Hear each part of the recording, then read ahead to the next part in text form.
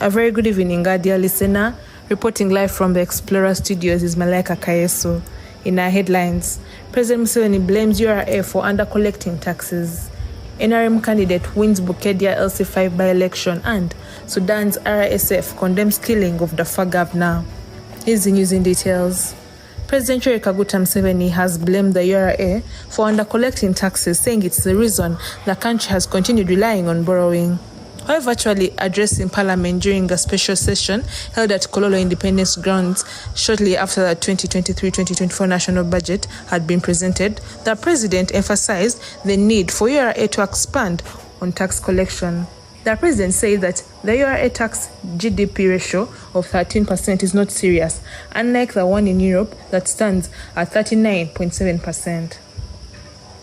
The government has announced that the 2023-2024 financial year's budget will focus on promoting individual wealth with an aim of bringing all Ugandans into the money economy. Finance Minister Matia Kasaija, while presenting the national budget during a special parliamentary session held at Kololo Independence Grounds today, said that the budget will enable Ugandans to make more money.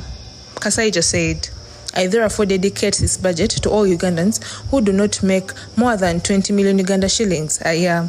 This budget aims at bringing all of you into the money economy." The Minister of Health has donated the CBC machine or blood cell counter used to measure the number of red blood cells, white blood cells and platelets in the blood to Wizwera Health Center 5.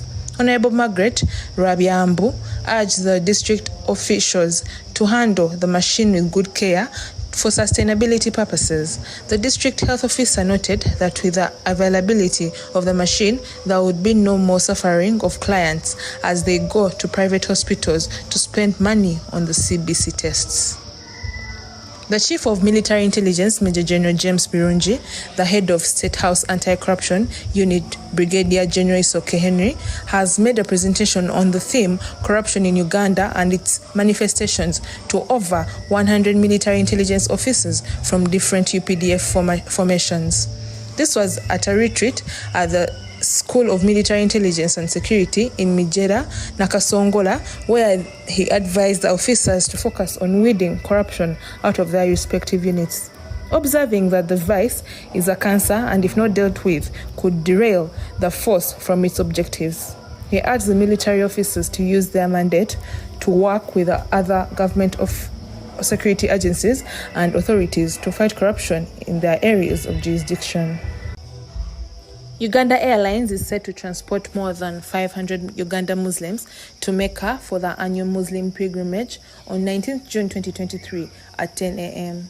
Uganda Airlines statement read, "This year, a total of 500 Muslims from across Uganda will be transported by Uganda Airlines aboard Airbus A330 with the first flight from Entebbe Airport to Jeddah."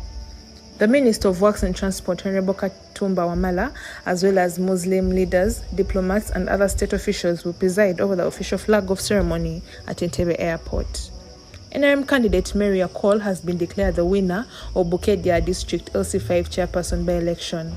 The returning officer of Bukedia District, Mujeni Joel, declared Akol the winner with 79,692 votes against her closest rival, Lokwishik of Independent, who garnered 4,941 votes, while FDC candidate Sam came third with 2,343 votes.